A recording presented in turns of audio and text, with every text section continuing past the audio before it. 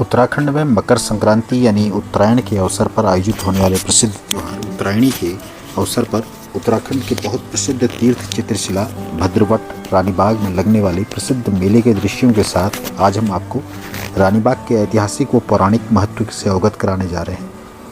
रानीबाग उत्तराखंड के कुमाऊं मंडल में नैनीताल जनपद में हल्द्वानी के पास नैनीताल मार्ग पर गार्गी यानी गोला नदी के तट पर स्थित है। रानीबाग उत्तराखंड का ऐतिहासिक तौर पर उत्तराखंड के गिने चुने ऐसे स्थानों में शामिल है जो प्रदेश के कुमाऊं और गढ़वाल दोनों मंडलों के लोगों की आस्था का केंद्र है।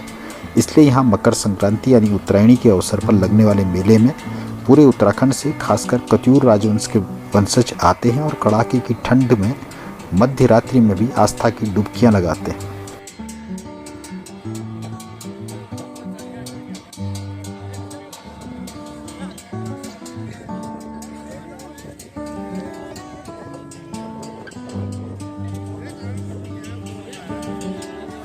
इस दौरान यहाँ पूरे उत्तराखंड से आने वाले अलग अलग क्षेत्रों के अलग अलग दल कत्यूरी वंशजों के वो जागर लगाते हैं, नदी में स्नान करते हैं और अपने जो देवता को जागृत करते हुए यहाँ देवता नाचते हैं। और ये जो दृश्य है ये बहुत रोमांचक होते हैं। इन्हें देखने के लिए भी दूर दूर से लोग यहाँ पहुँचते हैं। देखिए इस तरह के दृश्यों की भी कुछ झलकियाँ।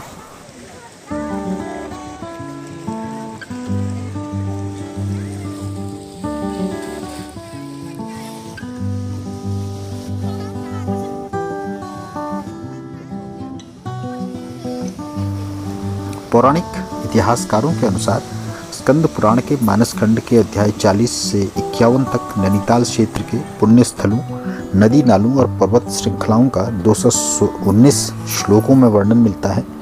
मानस खंड में रानीबाग का नाम भद्रवट बताया गया है। यहाँ गार्गी नदी यानी वर्तमान में गोला कही जाने वाली नदी के तट पर उत्तरायणी को यह प्रसिद्ध मेला पौराणिक काल से आयोजित हो रहा है।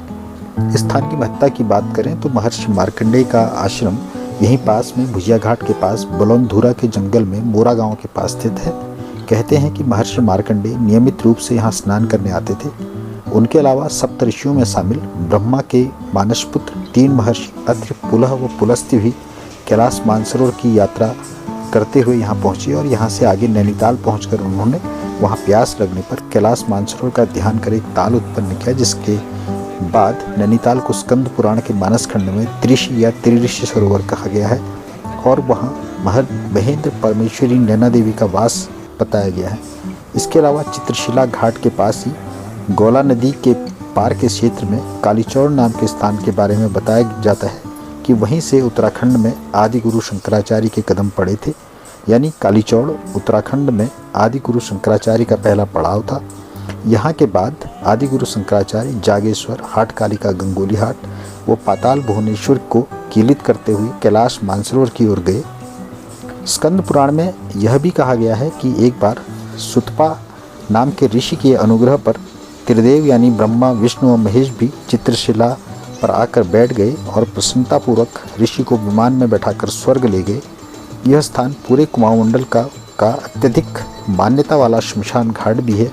कहते हैं कि यहाँ अंतिम संस्कार होने पर मृतक की आत्मा सीधे मोक्ष को प्राप्त करती है और सीधे स्वर्ग जाती है। इसके अतिरिक्त हम रानीबाग से संबंधित उत्तराखंड के एक प्रसिद्ध ऐतिहासिक चरित्र व पूज्य जन देवी जिया रानी की कथा से भी आपको अवगत करा दें, जिनकी हरिद्वार के मायापुर से लेकर रानीबाग तक आज भी स्पष्ट उपस्थित नजर आती है और जो उत्तराखंड की लोक गाथाओं में रची बसी हैं।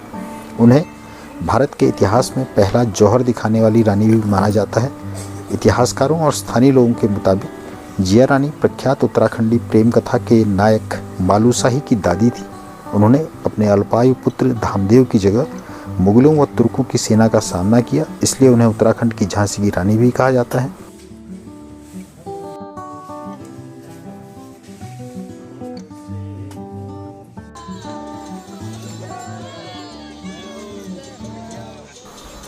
यह उस दौर की बात है जब दिल्ली में तुगलक वंश के फिरोज शाह तुगलक के निर्बल वंशज शासन कर रहे थे। उस दौरान मध्य एशिया में स्थित समरकंद का लुटेरा शासक तैमूर लंग भारत को लूटने आया। तब उत्तराखंड के हरिद्वार के मायापुर में पुंडीरों का राज्य था। अमरदेव पुंडीर राजा थे। अमरदेव की पुत्री थी मौला देवी। जो बाद में जिया रानी के नाम से विख्यात हुई। वर्ष 1398 में तैमूर लंग मेरठ को लूटने और रौंदने के बाद हरिद्वार की ओर बढ़ रहा था। उस समय वहाँ वत्सराज देव पुंडीर शासन कर रहे थे। उन्होंने वीरता से तैमूर का सामना किया, मगर शत्रु सेना की विशाल सेना के आगे उन्हें हार का सामना करना पड़ा। इसके बाद उत्तर भारत में गंगा जमुना रामगंगा के क्षेत्र में तुर्कों का राज स्थापित हो गया। लुटेरा तैमूर यही नहीं रुका, उसने एक टुकड़ी आगे पहाड़ी राज्यों पर भी हमला करने के लिए भेजी। जब ये सूचना जिया रानी को मिली तो उन्होंने फ़ौरन इसका सामना करने के लिए कुमाऊं के राजपूतों की एक सेना का गठन किया। तैमूर की सेना और जिया रानी के बीच रानीबाग क्षेत्र में भीषण युद्ध हुआ, जिसमें तुर्क सेना की ज़बरदस्त हार हुई। इस विजय के बाद जिया रानी के सैनिक कुछ निश्चिंत तो हो गए, लेकिन दूसरी तरफ से अतिरिक्त मुस्लिम सेना आ पहुंची और इस हमले में जिया रानी की सेना की हार हुई। जिया रानी एक बेहद खूबसूरत महिला थी, इसलिए हमलावरों ने उनका पीछा किया और वो अपने सतीत्व की रक्षा करते हुए रानीबाग की एक गुफा के गुप्त मार्ग से सीधे हरिद्वार निकल गई, ऐसी मान्यता है। यह गुफा आज भी रानीबाग में मौजूद बताई जाती है। जब राजा प्रीतम देव को इस हमले की सूचना मिली तो वो जिया रानी से चल रही मनमुटाव के बावजूद स्वयं सेना लेकर आए और मुस्लिम हमलावरों को मार गिराया। इसके बाद वो जिया रानी को अपने साथ पिथौरागढ़ ले गए। इस बीच प्रीतम देव की असामयिक मृत्यु हो गई। राजा प्रीतम देव की मृत्यु के बाद जिया रानी के पुत्र धामदेव को राज्य का कार्यभार दिया गया, किंतु धामदेव की अल्पायु की वजह से जिया रानी को उनका संरक्षक बनाया गया। इस दौरान मौला देवी यानी जिया रानी ने बेटे धामदेव के संरक्षक के रूप में शासन किया। रानी स्वयं शासन संबंधी निर्णय लेती थी और राजमाता होने के चलते उन्हें जिया रानी भी कहा जाने लगा। मान्यता है कि राजा प्रीतम देव ने बुढ़ापे में जिया से दूसरी शादी की। विवाह के कुछ समय बाद जिया रानी की प्रीतम देव से अनबन हो गई और वो अपने पुत्र के साथ गौला नदी के घाट यानी किनारे चली गई, जहाँ उन्होंने एक खूबसूरत बाग बनाया जिसे आज रानी बाग कहा जाता है। इस जगह पर जिया रानी 12 साल तक रही। चित्रशिला घाट पर एक रंग बिरंगे पत्थरों से युक्त विशाल पत्थर जिसे चित्रशिला कहा जाता है, माना जाता है कि यह रानी जिया के घाघरे को प्रतिबिंबित करता है और ये आज यहाँ बहुत बड़ी आस्था का केंद्र है।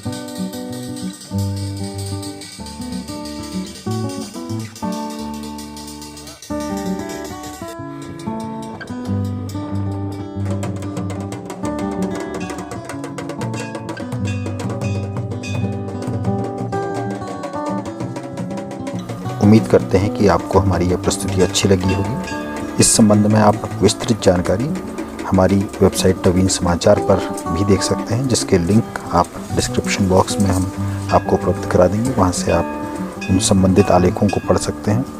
यदि आपको हमारी ये वीडियो पसंद आई है तो ज़रूर इसे लाइक करें और इस तरह की प्रस्तुतियाँ आपको लगातार हमसे मिलती रहें। इसके लिए हमारे चैनल को सब्सक्राइब करें और बेल आइकन को भी दबाएँ। धन्यवाद। नमस्कार।